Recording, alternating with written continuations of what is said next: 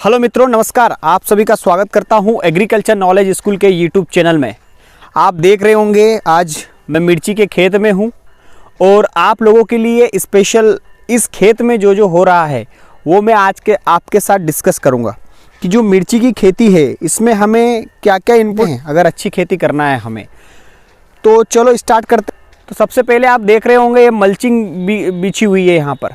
ये जो मल्चिंग आप देख रहे हैं ये इसको मल्चिंग कहते हैं। मल्च का मतलब क्या होता है ये समझना पड़ेगा। मल्चिंग कई प्रकार की होती है। अभी ये जो देख रहे हो आप ये पूरी प्लास्टिक मल्चिंग आपको दिख रही है।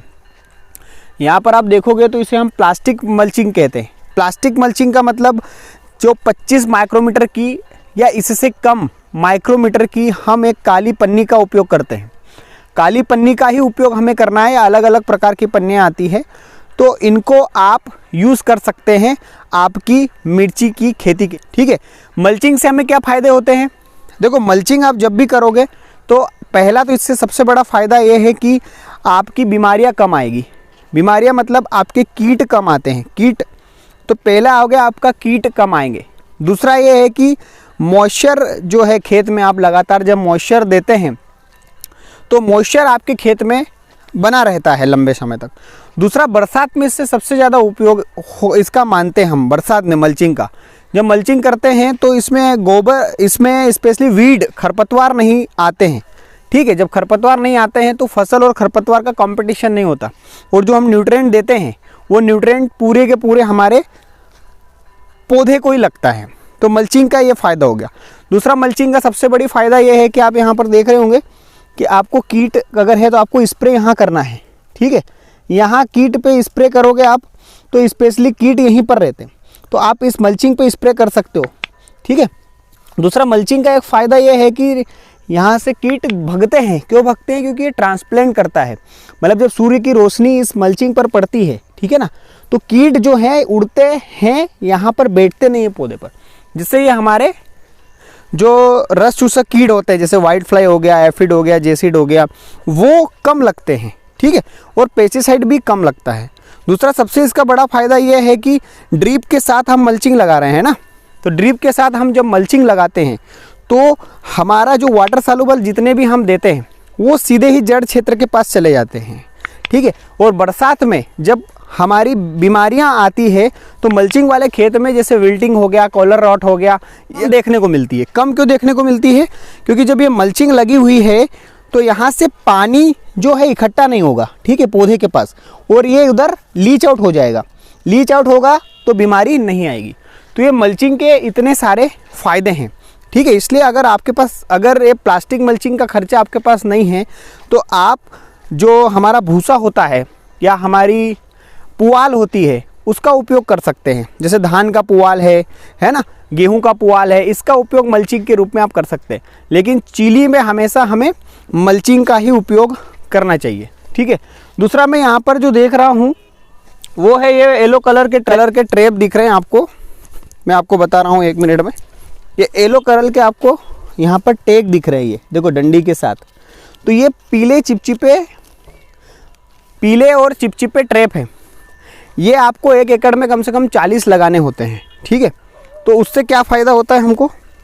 जितनी भी हमारी वाइट फ्लाई होती है, सफ़ेद मक्खियाँ इस येलो जो ट्रैप है इसकी ओर अट्रैक्ट होती है, और येलो ट्रैप में होती है चिपचिपी आपका रसायन। तो वाइट फ्लाई जब इसकी ओर अट्रैक्ट होती है तो ये चिपक जाती है, इसके ऊपर चिपकेगी तो वो मर जाएंगे तो वह एग लेइंग और जो भी है वो नहीं करेंगे, मतलब एडल्ट मर जाएगा। ठीक है, तो इसलिए हम येलो स्टिकी ट्रैप का उपयोग करते हैं। अगर आप मार्केट से नहीं खरीदना चाहें तो येलो स्टिकी ट्रैप आप घर भी बना सकते हैं।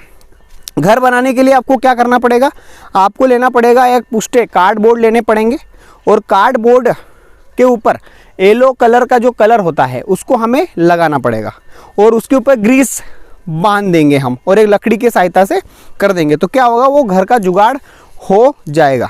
दूसरा, आपको मिर्ची में इन्होंने देखा स्पेसिंग, आपको मैं बताता हूँ। 2 पौधे के बीच में जो स्पेसिंग है, मतलब जो 2 पौधे के बीच में स्पेसिंग इन्होंने रखी है 1 मीटर, है ना, सॉरी 2 रो के बीच में जो स्पेसिंग रखी इन्होंने, आप देखोगे तो ये 1 मीटर है। कम से कम 1 मीटर की स्पेसिंग इन्होंने दी है। और प्लांट टू प्लांट आप देखोगे तो लगभग वही ड्रिपर के पास इन्होंने पौधे लगाए हैं। तो वही आपको करना है कि स्पेसिंग ज़्यादा से ज़्यादा देना है ताकि अभी चल पाए। जैसे देखो मैं चल पा रहा हूँ इसमें, तो आसानी से मैं इसमें चल पा रहा हूँ दोनों ही के बीच में, तो मैं चल पाऊँ आसानी से, मैं इसमें स्प्रे कर पाऊँ, आसानी से मैं इसमें पानी दे पाऊँ और आसानी से मैं इसमें तुड़ाई कर पाऊँ, हार्वेस्टिंग कर पाऊँ। तो इसलिए मुझे 1 मीटर की गैप देनी है, ठीक है, 1 मीटर की मुझे गैप देनी है। तो यहाँ देख सकते हो। दूसरा आपको एक और ट्रेप यहाँ पर दिखाई दे रहा है, वो मैं आपको बताने का प्रयास कर रहा हूँ। एक ट्रेप आपको दिखाई दे रहा है, ये दिख रहा है नीला प्रपंच बोलते हैं इसको। कौन सा प्रपंच बोलते हैं हम? नीला प्रपंच बोलते हैं इसको। ये नीले प्रपंच भी कम से कम हमें 20 लगाना चाहिए। नीला प्रपंच की खासियत क्या है दोस्तों? तो इसको 1 एकड़ में लगभग 20 से 30 हमें लगाना चाहिए। और ये नीले प्रपंच जो थ्रिप्स होता है हमारा, मिर्ची में सबसे ज़्यादा थ्रिप्स आता है। थ्रिप्स में मुखांग, लैप्सिंग एंड रैपिंग टाइप के पाए जाते हैं, जिससे नावनुमा पत्तियां बना देते हैं हमारी मिर्ची में, ठीक है। तो हमें जो नीले प्रपंच होते हैं, नीले प्रपंच को खेत में लगाना चाहिए। तो नीले प्रपंच से अट्रैक्ट होंगे या ब्लू स्टिकी ट्रैप से अट्रैक्ट होंगे हमारे थ्रिप्स। तो थ्रिप्स अगर हमारे कंट्रोल हो जाएंगे तो हमारी जो बीमारियां खेत में नहीं आएगी, ठीक है। इसके बाद आप देख रहे हो ये बल्लियाँ लगी हुई है, देखोगे आप तो ये बल्लियाँ और ये धागा, ये बल्लियाँ और ये धागा इन्होंने लगभग 3-3 मीटर पे लगा के रखी हुई है, ठीक है। ये जो बल्लियाँ आप पीछे देख रहे हो, यह 3-3 मीटर या 4-4 मीटर पर इन्होंने लगा के रखी है। देखोगे आप पूरे खेत में आपको दिखेगी ये बल्लियाँ। तो ये बल्लियाँ क्यों लगाई इन्होंने? ये बल्लियाँ जब हमारा माल लगता है, जब हम खेती करते हैं और हमारी फसल में माल लगने लगता है, मतलब जो फूल होता है, फल बनने लगता है, तो वो गिरता है ना। जब गिरता है तो हमारा फूल जो होता है वह नष्ट होता है, फल नष्ट होता है। इसलिए हम इस बल्लियों का उपयोग करते हैं। और ये बल्लियाँ भी आपको लगभग 1 एकड़ में आपको 100 से 200 बल्लियाँ लगेगी, और इससे भी अधिक बल्लियाँ लग सकती है, ठीक है। इसके बाद मिर्ची की खेती में आपको सबसे ज़रूरी ध्यान रखना है, आपको अच्छे बीज का, अच्छी वैरायटी का, जैसे शक्ति 51 है उसका उपयोग कर सकते हैं, अभी बहुत अच्छी चल रही है। इसके बाद सूर्या का उपयोग कर सकते हैं। ये 2-3 वैरायटी, प्रांजल अभी नई वैरायटी आई है, इसका उपयोग आप लाल मिर्ची में कर सकते हैं। अभी जो मैं आपको बता रहा हूँ ये लाल मिर्ची की खेती के बारे में आपको बता रहा हूँ, ये आप देख सकते हैं लाल मिर्ची की खेती के बारे में बता रहा हूँ। दूसरा, आपको आपके खेत में अगर मिर्ची से अच्छा उत्पादन लेना है तो आपको इसको बरसात में लगाना चाहिए, और अगर आप लगाना चाहो तो गर्मी में भी लगा सकते हैं। लेकिन स्पेशली जो है लाल मिर्ची का जो रकबा होता है वह बरसात का ही होता है। तो अगर हम लाल मिर्ची से अधिक उत्पादन लेना चाहते हैं तो हमें ट्राइकोडर्मा और स्यूडोमोनास, जो मिर्ची में आने वाली फंजाई को रोकेगी, जैसे मिर्ची में कॉलर रॉट आता है, मिर्ची में कीनोफोरिया ब्लाइट आता है, मिर्ची में फ्यूजेरियम आता है, तो इन सब को रोकने के लिए आपकी ट्राइकोडर्मा और स्यूडोमोनास यूज़ करना पड़ेगा आपको खेत में, जब आप मिर्ची की ट्रांसप्लांटिंग कर रहे हैं, जब आप नर्सरी बना रहे हैं और नर्सरी लगाने के बाद खेत तैयार हो गया तब लगा रहे हैं, तो आपको स्यूडोमोनास और फ्लोरेसेंस का यूज़ करना है। इसका आपको लगभग 4 किलो प्रति 25 किलो गोबर खाद में मिलाकर खेत में छिड़क देना है, ठीक है। अगर सीड ट्रीटमेंट में यूज़ करना चाहते हैं या आपकी मिर्ची की सीडलिंग में उपयोग करना चाहते हैं तो ये कम से कम आपको 4 ग्राम लगेगा, ठीक है। 4 ग्राम घोल बना लीजिए और उसमें 100 से 200 हमारी जो सीडलिंग होगी वह इसमें हम गला के ट्रांसप्लांट कर देंगे। तो ये लाल मिर्ची हमेशा खरीफ में लगती है, और आपकी हरी मिर्ची तो आप कभी भी लगा सकते हैं, मई के महीने में भी लगा सकते हैं, ठीक है। फरवरी में अभी टाइम चल रहा है इसका, अक्टूबर में भी लगती है। तो डिसाइड आपको करना है। अगर इससे रिलेटेड आपके कोई प्रश्न है मिर्ची से संबंधित तो मुझे ज़रूर ही कमेंट्स बॉक्स में कमेंट करें।